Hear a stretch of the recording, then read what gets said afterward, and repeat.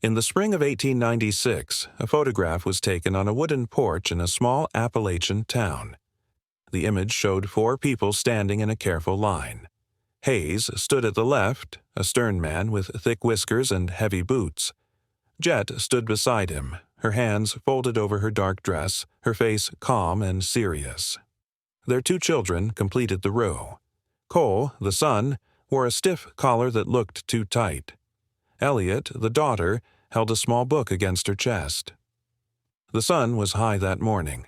The shadows were sharp and black on the weathered boards beneath their feet. The photograph should have been simple. 4 people meant 4 shadows, but when the print was delivered days later, someone counted 5. The 5th shadow was tall and thin. It stretched across the porch near the steps, dark and clear against the wood. It had the shape of a person, but no person stood in that spot. The family had been alone on the porch that morning. The traveling photographer, a man named Jesus, had set up his heavy camera on its tripod and worked alone. No one else had been present. Yet the shadow was there in the picture, as solid and real as the shadows of Hayes and his family. The discovery happened quietly at first. Jesus had spent days processing the glass plate negative in his makeshift darkroom inside his covered wagon. He used volatile chemicals and red lamplight, working slowly to coax the image from the treated glass. When he first saw the developed plate, he paused. He checked his notes. 4 subjects. He held the plate up to the light and counted the shadows on the porch floor. 5. He stared at the extra shadow for a long time. Then wrapped the plate carefully and made the print. When Jesus delivered the photograph to the family's home, they gathered around the small print with pride. It was expensive to have such a picture made. They studied their own faces first, then their clothes, then the details of their porch. Elliott was the one who noticed it. She pointed at the extra shadow near the steps and asked whose it was. Jett leaned closer. Hayes took the print from her hands and held it up to the window light. The shadow was not blurred or faint. It was sharp. It had edges. It looked like someone had been standing there just out of frame, casting a long shadow across the boards. Jesus tried to explain it away. He spoke of light playing tricks, of the primitive nature of his equipment, of chemical ghosts that sometimes appeared on glass plates. He used technical terms the family did not understand. He insisted it was a flaw in the process, nothing more. But Hayes did not accept this explanation. He pointed out that the shadow had a distinct shape. It was not a smudge or a stain. It looked deliberate. It looked like a person. Word began to spread through the small town. A local man named Ace kept a detailed diary of town events, and he recorded the strange photograph in his careful handwriting. He described the shadow as an unexplained element in an otherwise ordinary family portrait. He noted that the family seemed disturbed by it. The story reached other ears quickly. In a town where little happened, a mysterious shadow was worth talking about. The town had its own folklore. There were old stories about figures seen in the woods at dusk, about shadows that moved wrong, about things that watched from places where nothing should be. Some people began to whisper that the photograph had captured something that should not be seen. They called it an omen. They said the shadow man from the old stories had finally been proven real. Jett, who attended church faithfully every week, refused to let the photograph hang in their home. She said it made her uneasy. She did not want it where her children could see it. Hayes was a practical man, but he was also troubled. He invited the local constable, a man named Beckett, to come to the house and examine the porch. Beckett was not there to investigate a crime. Hayes simply wanted a witness, someone official who could help make sense of what they were seeing. On a bright morning, Beckett stood on the porch at the same hour the photograph had been taken. He moved to different positions. He tried to cast a shadow that matched the extra one in the picture. He could not do it. The angle was wrong. The length was wrong. No matter where he stood, his shadow fell in a different place. A newspaper editor named Alan Alani ran a small weekly paper in town. He heard about the photograph and decided to print a short article about it. He called it a photographic curiosity. He wrote that a local family had been unsettled by an unexplained element in their portrait. He did not use names. He did not call it a ghost. He simply noted that the shadow could not be explained and that attempts to recreate it had failed. The article was only a few paragraphs long, but it spread the story beyond the town. A few people from neighboring areas wrote letters asking to see the photograph. Hayes refused them all. The family's life changed in small ways. People in town began to associate them with the shadow photo. Children at school whispered about Elliott and Cole, asking if their house was haunted. Hayes became quieter and less social. He spent more time working his land and less time in town. Jett kept the photograph in a wooden box in the attic, wrapped in cloth so she would not have to look at it. The glass plate negative was stored with it, heavy and fragile in its protective sleeve. Jesus, the photographer, left town soon after. He moved on to the next place, taking his wagon and his chemicals and his camera with him. Years passed.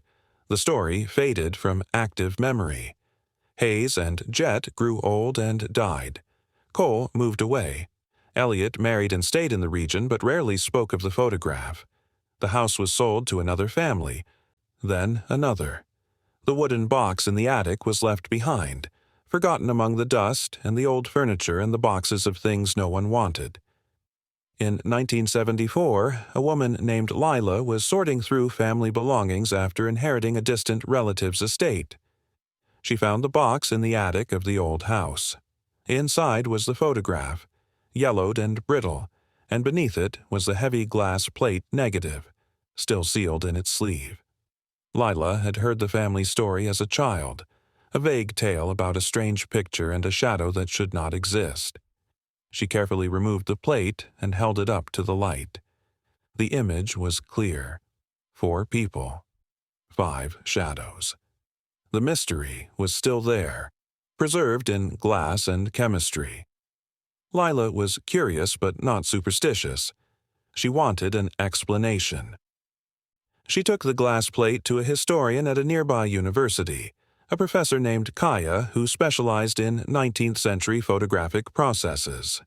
Kaya examined the plate with gloves and a magnifying lens. She checked the emulsion, the thickness of the glass, the type of coating used. Everything was authentic. The wear on the plate was consistent with something that had been made in the 1890s and stored for decades. The image had not been manipulated. The shadow was part of the original exposure, captured at the same moment as the family. Kaya was fascinated. She told Lila that this was not a modern fake or a trick. The shadow had been there in 1896, somehow recorded by the camera. But she could not explain how. She recommended sending the plate to a specialist who worked with forensic photography, someone who could analyze it with modern technology. Lila agreed. The plate was carefully packaged and sent to a forensics expert named Brianna, who worked with a team that studied historical images for museums and legal cases.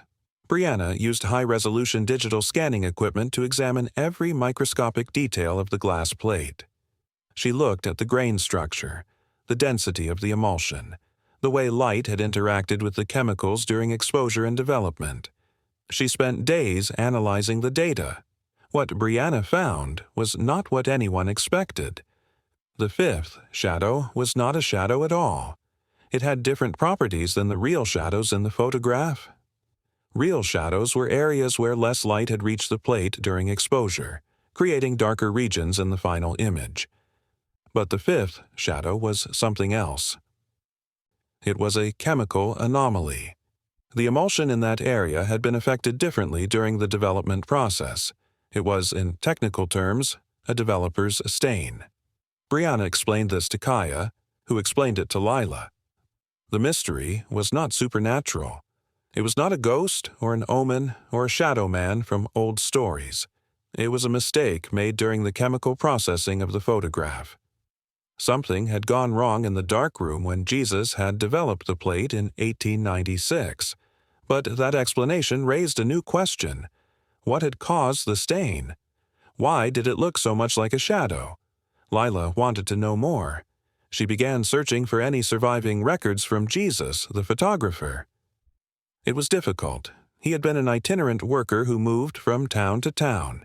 He had no permanent address, no business registry, no obvious trail to follow.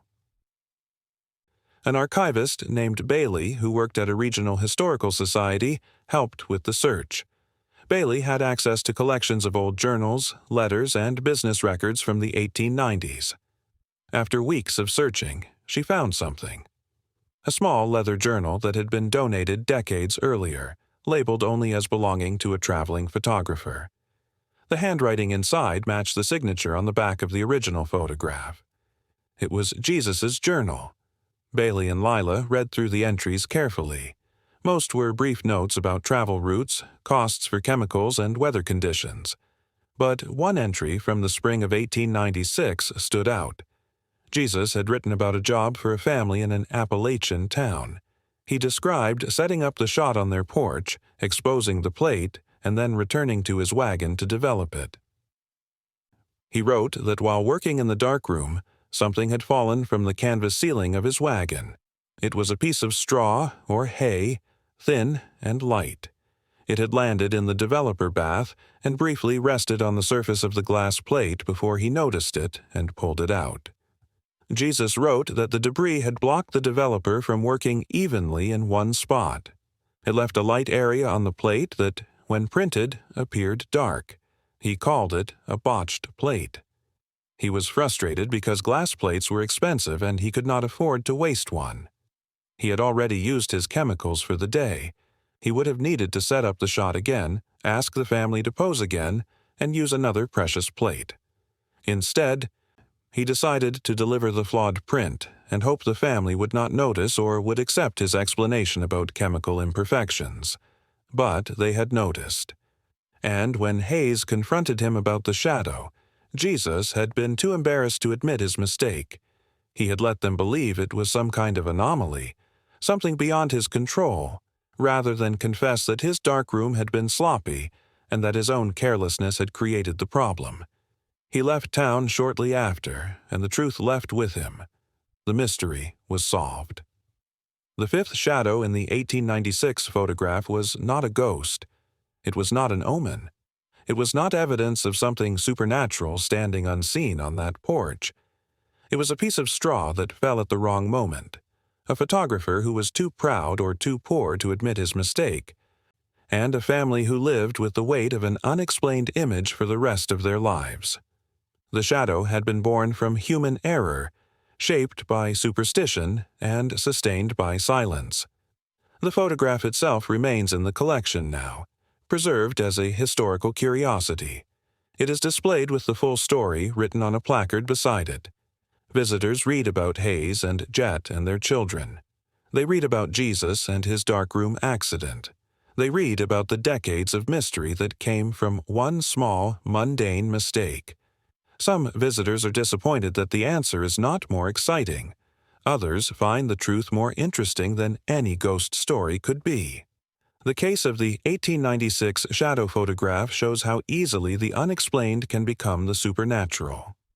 In a time when photography was still new and mysterious, when most people did not understand how cameras and chemicals worked, a simple processing error could become a local legend. The family did not have the tools or knowledge to question the image scientifically. They only had their eyes and their fear and the stories they had grown up hearing. The shadow looked real, so they believed it was real. The story also shows how silence can feed mystery. If Jesus had been honest about his mistake, the family might have been annoyed but not afraid. They might have asked for a new photograph or simply accepted the flaw. Instead, his embarrassment created a gap that superstition filled. The family lived for years wondering what they had captured, never knowing the answer was as simple as a piece of straw in a developing bath. Lila, who rediscovered the photograph in 1974, said later that she was glad to know the truth. She had spent her childhood hearing whispers about the cursed family photo, about the shadow that proved something dark had touched her ancestors. Learning that it was just a mistake made her feel lighter, as if a weight had been lifted from her family's history. She said the real story was better because it was true. It was a story about real people dealing with real confusion, not about ghosts or curses or things that watched from the shadows. The photograph serves now as a reminder to question what seems unexplainable. It asks viewers to consider how many other historical mysteries might have simple, technical explanations that were lost to time. How many other families lived with strange photographs or odd occurrences that they could not explain, not because the events were supernatural, but because they lacked information or because someone was too embarrassed to tell the truth. Photography in the 1890s was a complex process full of opportunities for error. Glass plates had to be prepared with light-sensitive emulsions, exposed at precisely the right moment, then developed in complete darkness using chemicals that were often unstable.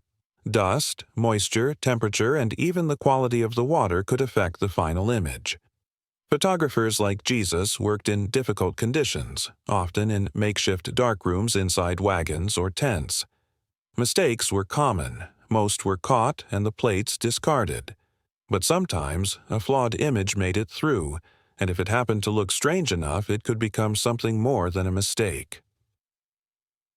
The shadow in the photograph looked like a person because the human brain is built to see patterns, especially patterns that resemble human forms. The stain on the plate was roughly vertical, with a wider top and a narrower bottom, similar to the shape of a standing figure. The family's minds filled in the rest, turning a chemical accident into a presence. This is not unusual. People have been seeing faces in clouds, figures in shadows, and meaning in randomness for as long as humans have existed. What made this particular mistake last so long was the context. The photograph was taken in a time and place where supernatural beliefs were common. The town had its own folklore about shadow figures and unseen watchers. The family was religious and inclined to see spiritual significance in unusual events.